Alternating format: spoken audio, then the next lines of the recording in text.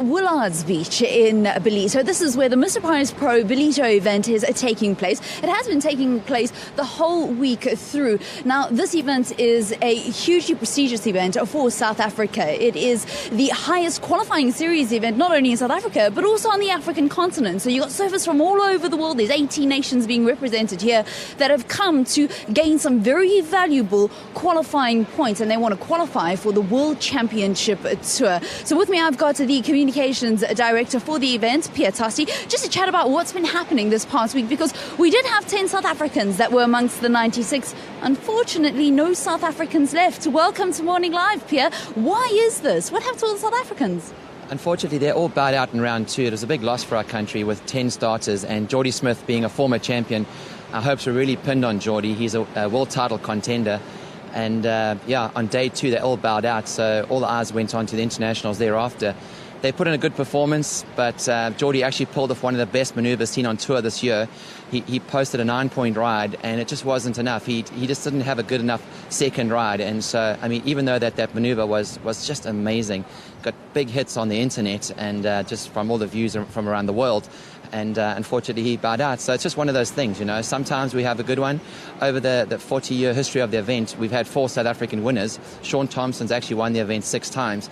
And so for 2014, unfortunately, it won't be going to South Africa.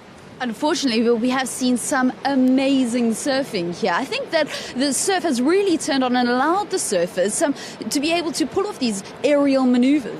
Yeah, it's just amazing. You know, these guys, they turn it on whether it's breaking big barrels or if it's smaller and allows for aerials. Then you have the young Brazilians, guys like Felipe Toledo. He posted a 10-point ride and doing these massive aerial rotations. We have another young surfer from Hawaii, Tori Meister, also boosting the big airs.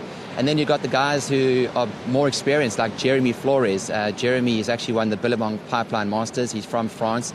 A very experienced surfer. He will go on to J-Bay after this, and so he's also in title contention now, and we're down to the last 16 surfers. So we've got a final coming up on the weekend, so there's lots to look forward to. All right, what does the surf look like for the weekend? Because you say the final is coming up on the weekend, and a lot of people are trying to map out what they'll do this weekend. And I think coming down to the beach, lots of people would love to do that if they're in KZN. So what's going to be happening over the weekend, and what does the surf look like?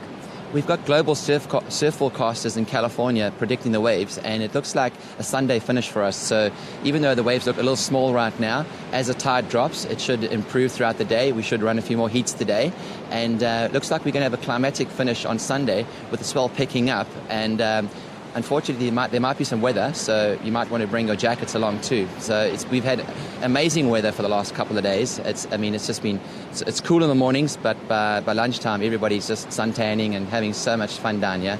And so, yeah, there's going to be a great finish to the Mr Price Pro Ballito.